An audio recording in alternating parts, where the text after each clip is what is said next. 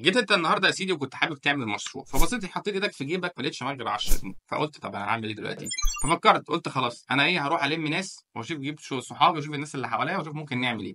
فلفيت على اصحابك كلهم، لميتوا شويه فلوس، وكنت انتوا حوالي 20 30 واحد. لميتوا فلوس وقلت خلاص احنا معانا فلوس، فرحتوا عملتوا ايه؟ عملتوا عربيه كبده. فانتوا كده عملتوا ايه؟ انتوا عملتوا كده حاجه اسمها ميوتشوال فاند، عباره عن تمويل مشترك اتشاركتوا كلكم فيه عشان خاطر تعملوا مشروع عربيه الكبده.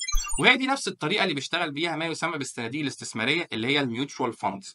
ودي عباره عن ايه؟ عباره عن ان انا دلوقتي بدل ما انا خايف ان انا اخش استثمر في البورصه ولا اشتري في الشركه دي او في الشركه دي، ودي تخسر ودي تقع ودي تنزل ودي تطلع، وانا مش هعرف احسب الحسبه دي واتوقع واوجع دماغي بالليله دي. فبروح لشركه او الناس اللي هم الصناديق الاستثماريه. الصناديق الاستثماريه بيعملوا ايه؟ بيلموا فلوس من حوالي الاف الناس وممكن مئات الالوف كمان من الناس، ويحطوا الفلوس دي كلها في صندوق واحد او في بول واحد. وبالتالي بيعينوا فيهم واحد كده جامد جدا مختص، راجل كده حلو قوي. الراجل ده بيقدر ان هو يفكر، ويقدر ان هو بناء على التحليلات بتاعته بيقدر يعرف هو يستثمره في انهي شركات. فتلاقيهم بيستثمروا في مجموعه من الشركات ببورتفوليوز مختلفه واشكال مختلفه، وبيستثمروا كمان انواع استثمارات مختلفه. وبالتالي تبقى انت قادر تحقق عائد. العائد ده ممكن ما يكونش عالي قوي على حسب طبعا طبيعه الصندوق، اذا كان هو الريسك بتاعه او المخاطر بتاعته عاليه متوسطه متدنيه قليله. وبالتالي طبعا دوت بيسمع في العائد هيبقى عامل ازاي. وبالتالي تبقى انت كده ريحت دماغك من الفكره دي وحاطط فلوسك في ميوتشوال فاند. ودي بتبقى طريقه حلوه جدا وامنه جدا في الاستثمار.